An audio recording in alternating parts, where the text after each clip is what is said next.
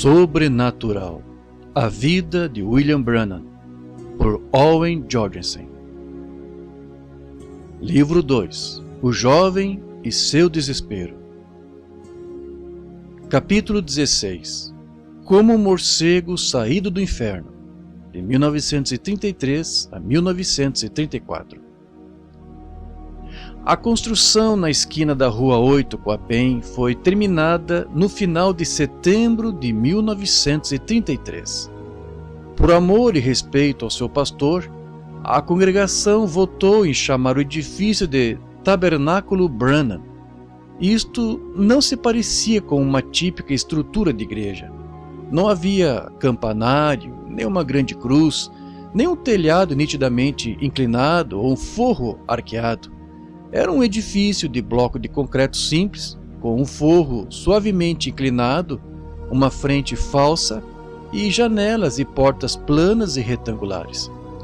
Algumas pessoas da redondeza zombavam, dizendo que isto mais se parecia com uma garagem ou um galpão de armazenamento do que uma igreja. Mas, para William Branham, parecia bonita. Ele posicionou seu púlpito no lugar exato onde ele havia estado de joelhos quando o Senhor havia dado a ele a inspiração para comprar este pedaço de terra. Ele colocou 3 crucifixos na frente do auditório, um no púlpito e um em cada lado da parede atrás do púlpito, exatamente como ele os havia visto posicionados na visão. Todo o projeto custou $2.000, com um prazo de 20 anos para pagar o financiamento bancário. Era muito dinheiro para uma pobre congregação financiar no meio da Grande Depressão. Para ter certeza de que o Tabernáculo Branham cumpriria mensalmente com seu compromisso, Bill se recusou a pegar quaisquer dízimos e ofertas das pessoas para suas próprias despesas, ao invés disto, preferindo reinvestir o dinheiro na construção. Bill manteve seu emprego no Serviço Público de Indiana, embora fosse transferido a um outro departamento. Agora, ele era um eletricista encarregado de patrulhar as linhas de força de alta voltagem que corriam pela zona rural arborizada. O emprego combinou bastante com seus deveres como guarda florestal e podia, com frequência, realizar ambas as tarefas ao mesmo tempo. Isto era favorável porque ele ainda não havia ganhado nenhum dinheiro de seu trabalho como guarda florestal. Uma vez que as condições de Bill eram poucas, ele teve que deixar sem piso o Tabernáculo Branham. Quando o chão congelava pelo lado de fora, o chão do auditório congelava também. Bill chegou mais cedo numa quarta-feira à noite para o culto e acendeu o fogão para aquecer o santuário antes que a congregação começasse a chegar. As pessoas entraram na igreja sobre o gelado chão, porém, quando o culto terminou, o chão havia descongelado e se tornado barrento, desarrumadamente lamacento. Avós e netas, igualmente, afundavam-se até os tornozelos, pisoteando o barro para poder sair. Embora todos eles depois se lembravam disto sorrindo, cobriram o chão com serragem para que isto não acontecesse novamente. Bill abraçou seus deveres como um pastor com a energia da juventude e o zelo de um jovem, o qual tinha finalmente descoberto sua paixão. Além disso, tais expectativas e deveres como pregador, conselheiro, orar pelos enfermos, ele também dirigia os cânticos, pagava as contas e limpava as cinzas do fogão. Sempre que havia algo para ser feito, Bill voluntariamente dava o seu tempo.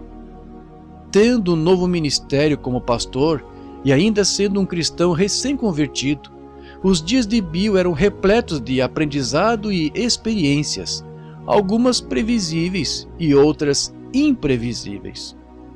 Indo para casa num sábado à noite em seu carro, os faróis do carro de Bill delinearam um bêbado cambaleando na rua. Pareceu ser Wayne Bledsoe, um jovem que havia sido amigo do irmão de Bill, Edward. A proibição ainda estava em evidência. Então, Bill colocou Wayne no carro e levou o bêbado para casa com ele. antes que o homem tropeçasse nas mãos da lei. Ele ajudou Wayne a entrar na casa, o colocou em sua cama e, para si, preparou um lugar no sofá. Wayne, você não está envergonhado de si mesmo? Bill repreendeu. Não, Billy, não diga isto, Billy. Beber não é a resposta. Isto vai te matar antes do tempo. O que você deve fazer é entregar sua vida completamente a Jesus. Isto estenderá seu tempo à eternidade. Billy. Bill colocou as mãos na fronte de Wayne. Eu vou orar por você, Wayne. Um táxi parou em frente à casa. A porta do carro bateu e Bill ouviu passos na calçada.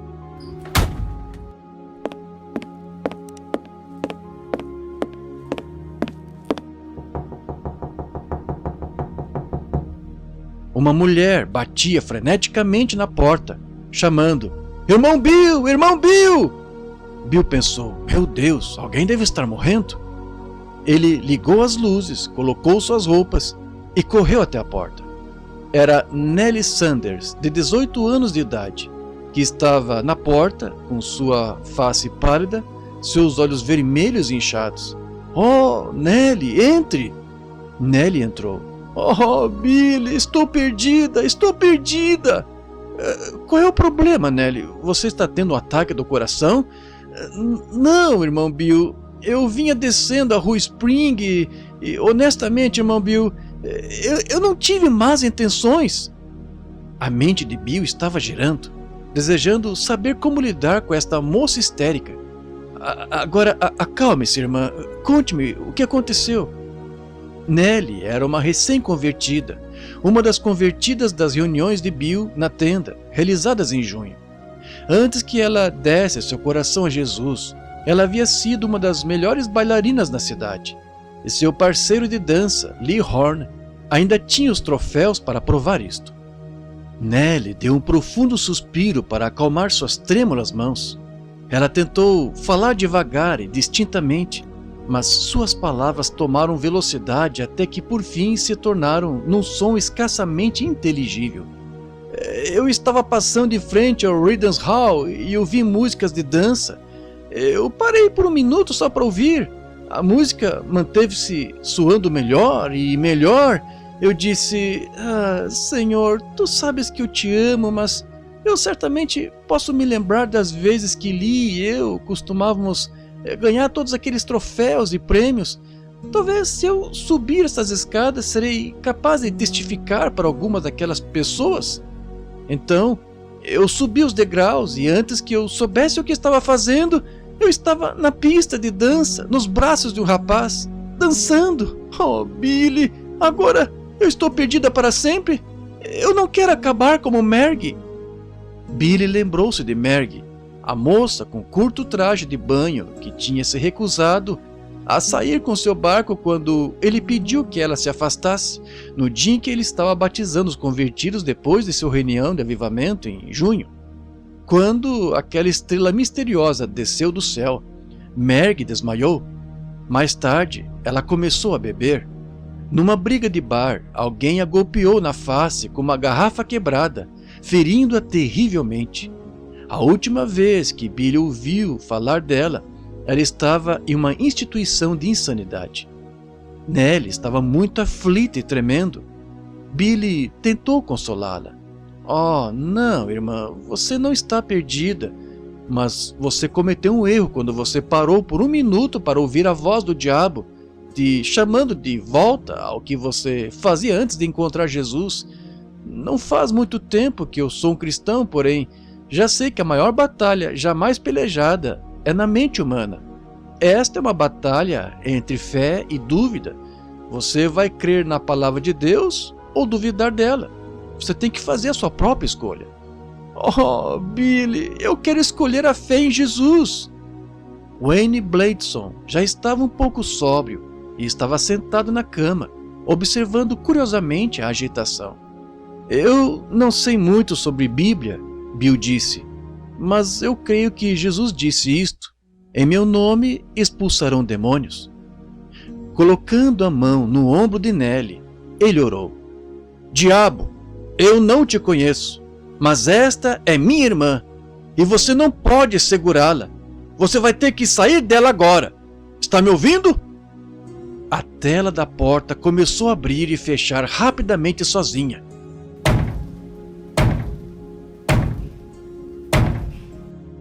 Os olhos de Nellie estavam bem abertos. Billy, olha ali! O que está acontecendo? Bill estava da mesma maneira surpreso. Eu não sei. Ele olhou novamente para Nellie e orou. Deixa, Satanás, no nome de Jesus! Saia dela! Tão logo Bill mencionou o nome de Jesus, um aspecto sombrio levantou-se detrás de Nellie Sanders, parecendo um morcego gigante, com cabelos longos oscilando de suas asas a seus pés. Isto rosnou um gutural.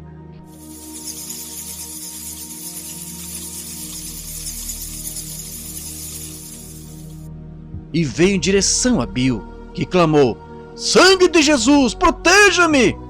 O demônio mudou seu curso e voou em direção à cama onde Wayne estava sentado.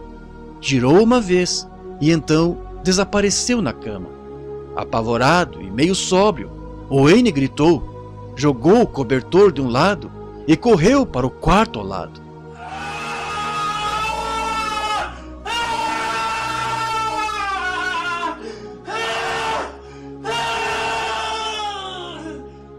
Billy levou Nellie de carro para casa. Quando voltou, ele e sua mãe puxaram a cama a um lado e sacudiram os forros de cama. Não havia nada ali. Conturbado, Bill mencionou este incidente a vários ministros. Todos eles falaram basicamente a mesma coisa. Oh, Billy Branham, os dias de expulsar demônios já se acabaram. Além disso, um homem não pode ver um demônio de maneira alguma. Deve ter sido a sua imaginação. Billy poderia ter considerado isto como sendo de sua imaginação, não fosse o fato de que ambos, Wayne e Nellie, viram a aparição também. Era esse demônio que o estava incomodando continuamente? Era isto que o estava seguindo? Isso estava perto dele o tempo todo? Era isto o responsável por todos os acontecimentos peculiares em sua vida, incluindo as visões? Pensamentos como estes o atormentavam constantemente, fazendo Bill desejar saber por que sua vida parecia ser tão diferente dos outros ministros cristãos que ele conhecia. Capítulo 17 Um casamento esperançoso, 1934 a 1935. William Mahon Branham casou-se com Amelia Hope Brumback numa sexta-feira, dia 22 de junho de 1934. Bill tinha 25 anos de idade. Hope tinha quase 21. Eles alugaram uma pequena casa na rua Graham, 434, próximo ao Tabernáculo Branham. A casa tinha apenas 2 cômodos. De um lado, eles usavam para ambos, sala de estar e quarto. E o outro lado era a cozinha. Não havia água encanada na casa. Hope tinha que carregar a água de uma torneira pública a uma quadra de distância. Tudo aquilo não era muito de uma casa, mas $4 por mês era tudo que eles podiam pagar. Os recém-casados estavam começando a vida juntos, com poucos bens materiais. Bill possuía um sofá de couro usado e seu automóvel Ford. A mãe de Bill deu-lhes uma pequena armação de cama. Alguém deu a eles uma velha cama de dobrar. Num ferro velho, Bill comprou um fogão usado por 75 centavos e pagou $1,25 para colocar novas grades nele. Hope foi trabalhar na fábrica de camisas Fine para ajudar a comprar mais algumas mobílias. Logo, eles tinham economizado dinheiro suficiente para comprar uma mesa e cadeira sem pintar na loja Sears por $3,98. Bill pintou a base de amarelo e desenhou um grande trevo verde sobre a mesa e no assento de cada cadeira, porque Hope estava sempre caçoando dele por ser irlandês. A mesa melhorou consideravelmente o aspecto do lar. Todavia, As rígidas cadeiras de madeira não foram feitas para descansar. Bill se cansava muito, trabalhando em 2 empregos durante o dia e a noite, cuidando de suas responsabilidades pastorais. À noite, ele desejava cair em uma cadeira almofadada, escorar seus pés e descansar enquanto lia sua Bíblia. Com Hope trabalhando, Bill pensou que talvez eles pudessem comprar uma confortável peça de mobília. Ambos cruzaram o rio a Louisville para comprar uma cadeira almofadada. Eles encontraram uma cadeira da marca Morris pelo preço de apenas $16,98. Não parecia fora de alcance. Repleto de entusiasmo que vinha de uma nova experiência, Bill deu ao balconista da loja $3 de entrada e levou para casa aquela bela cadeira verde da marca Morris. Eles a posicionaram no canto do quarto. Bill afundou suas costas no perfil aveludado, enchendo seus pulmões com a fresca fragrância de tecido novo. Ele podia pensar em somente uma palavra para descrever isto: celestial. Esta cadeira da marca Morris era, sem dúvida, o maior luxo que Bill já havia possuído. Depois de percorrer os fios de alta tensão durante o dia e pregar ao redor da cidade metade da noite, a cadeira Morris dava boas-vindas a seus músculos cansados em suas almofadas repousantes. Desde que comprara, Bill frequentemente adormecia em sua cadeira, com sua Bíblia aberta no colo. Amorosamente, Hope o persuadia para que ele se levantasse para que então ela pudesse fazê-lo deitar na cama. Sua compra logo criou um problema que Bill não esperava. Pelos termos do contrato, ele tinha que pagar $1 por semana referente à sua dívida. Isto provou ser dinheiro que ele precisava muito para outras coisas. Ao passar das semanas, o pagamento de $1 semanal causou mais e mais danos ao seu precário orçamento. Na 7ª semana, Bill não pôde pagar a primeira parcela. Ele não tinha $1 de reserva. Na semana seguinte, não foi diferente. Quando Bill atrasou a 3ª parcela consecutiva, a companhia de finanças ligou para ele. Bill se desculpou e, com pesar no coração, sugeriu que eles viessem buscar a cadeira de volta. Poucos dias mais tarde, quando Bill chegou do serviço, da cozinha emanava o cheiro de torta de cereja recém-assada, sua torta favorita. Depois do jantar, ele comeu 2 pedaços de torta, cobertos de melaço de sorgo. Ele fez uma brincadeira com Hope. "Por que você está sendo tão amável para mim esta noite, hã?" Ela sorriu como se estivesse escondendo algo. Bill, pedi ao filho do vizinho que pegasse algumas minhocas esta tarde. Por que não descemos ao rio e pescamos um pouco?" Isto golpeou Bill estranhamente porque Hope não gostava muito de pescar. Primeiro, vamos ao outro cômodo, nos assentaremos e assim eu posso deixar esta torta de cereja digerir." "Não, Bill, vamos pescar agora mesmo." Suas palavras pareceram quase que de súplicas. "Mas, querida, o que aconteceu hoje?" Hope disse. "Não, nada." Mas seus olhos estavam lacrimejantes. Bill suspeitou do problema e disse novamente: "Vamos primeiro ao outro cômodo." Quando ela inclinou sua face, Bill soube que estava certo. Ele a abraçou e caminharam até outro cômodo. A cadeira Morris não estava mais lá. Hope pôs sua cabeça no peito de Bill e chorou. "Oh, Bill, eu tentei segurá-la para você. Eu tentei duramente." Bill a apertou docemente. "Eu sei, querida, não é sua culpa. Nós não poderíamos evitar isso. Mas, num desses dias, as coisas serão diferentes. Algum dia, Deus proverá um meio e teremos uma boa cadeira." Ela levantou a cabeça e assim pôde olhar nos olhos tranquilizados de seu marido. "Eu espero que sim, Bill." Apesar do inevitável sofrimento da pobreza, Bill e Hope Brannan eram muito felizes. Eles valorizavam e amavam um ao outro com um amor sem fronteiras que superava os buracos e trincheiras da estrada de suas vidas.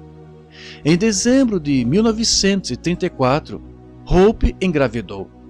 Eles estavam entusiasmados com a ideia de ter um bebê. Como a linhagem de Bill era irlandesa e a de Hope era alemã, ele caçoou dela dizendo: se for um garoto, vamos chamá-lo de Heinrich Michael. Hope ofegou: Oh, Bill, isto soa horrível! No dia 13 de setembro de 1935, Hope entrou em trabalho de parto.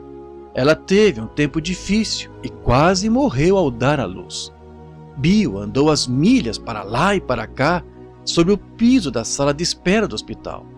Às 3 horas da tarde, o bebê chorou.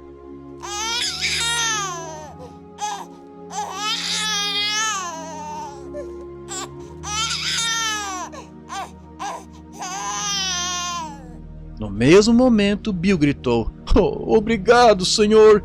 É um garoto! E seu nome será Billy Paul. Em poucos minutos, o médico saiu da sala de parto. Com um sorriso, ele disse: Reverendo Brannan, eu seriamente deveria cobrá-lo por este chão de linóleo que você gastou. Mas valeria a pena. Você é pai de um garoto. Depois que Bill teve certeza de que sua esposa estava bem, ele não resistiu a uma brincadeira. Querida, eu acho que eu mudei de ideia. Eu acho que não deveríamos chamá-lo de Heinrich Michael. Como ele nasceu numa sexta-feira 13, penso que deveríamos chamá-lo de Jinx. Ela riu. Mas Bill, eu queria que ele tivesse o mesmo nome do pai. Oh, então vamos chamá-lo do mesmo nome. E também do mesmo nome do grande apóstolo São Paulo. O chamaremos de Billy Paul. Em outubro de 1935, os jornais anunciaram que Mussolini havia invadido a Etiópia. A Itália, com suas modernas máquinas de guerra, tinha estrondado aquele retrógrado país e rapidamente esmagado toda a resistência da Etiópia. A Europa expressou sua fúria desta inesperada invasão por imediatamente forçar a sanção econômica na Itália. Bill leu as notícias com perspicaz interesse. Ele não entendia que força estranha o permitia ver o futuro. Porém, o que quer que fosse, os eventos que ele via sempre aconteciam. Ele desejou saber novamente como tal dom pudesse vir do diabo, como seus amigos ministros insistiam. Ele se sentia confuso. Em um domingo depois do culto, Bill ouviu Walt Johnson dizer: Hey, vocês deviam ter ouvido aqueles santos roladores a noite passada. Bill entrou na conversa. O que foi isto, irmão Walt? Walt estava mascando um pedaço de casca de laranja para a indigestão. Pentecostais, Billy. Você jamais viu algo como isto. Eles estavam pulando e rolando no chão, e eles disseram que se você não falar algum tipo de língua estranha, você nem sequer é salvo. Oh, onde fica isto? Numa reunião de tenda lá do outro lado de Louisville. O grupo chama a si mesmo de Casa de Davi, e eles estão chamando essa reunião de Escola dos Profetas. Pessoas de cor, é claro. Oh, isso explica, disse Bill, sabendo quão fanaticamente algumas pessoas de cor expressavam sua religião. Havia muitas pessoas brancas também. Oh, verdade? E eles faziam o mesmo também? Sim, eles faziam a mesma coisa. É estranho as pessoas se misturarem em coisas desta maneira. Bill meneou sua cabeça. Bem, eu penso que estamos prestes a ir e obter estas coisas. O relatório reluziu a curiosidade de Bill, e segunda-feira à noite ele cruzou o rio a Louisville para verificar. Embora ele não visse ninguém rolar no chão, a multidão estava certamente entusiasmada sobre algo, e eles pareciam não ter doutrinas estranhas. Durante o culto, houve algo em comum. Um homem de meia-idade se levantou para testificar. Ele fez Bill se lembrar de um profeta do Velho Testamento, com cabelo grisalho até seus ombros e barba ondulada que batia no peito. Seu testemunho era tão notável quanto sua aparência. Ele se apresentou como John Ryan de Dowagiac, Michigan. Ele dizia que o Senhor havia dito a ele para descer a Louisville, Kentucky, para testificar naquela reunião. Ele falou sobre o poder de Deus, o fogo do Pentecostes e o batismo do Espírito Santo. Seu testemunho carregava tanta energia e convicção que Bill decidiu que iria se encontrar com este homem peculiar. Eles conversaram por um longo tempo depois do culto. John Ryan disse que quando era um jovem, ele era um acrobata em um circo. Por anos ele pertenceu à Igreja Católica, mas depois de ter entregue seu coração a Jesus Cristo, se tornou um pentecostal. E agora ele viajava por onde o Senhor o guiava, testificando sobre o poder de Deus por onde ia.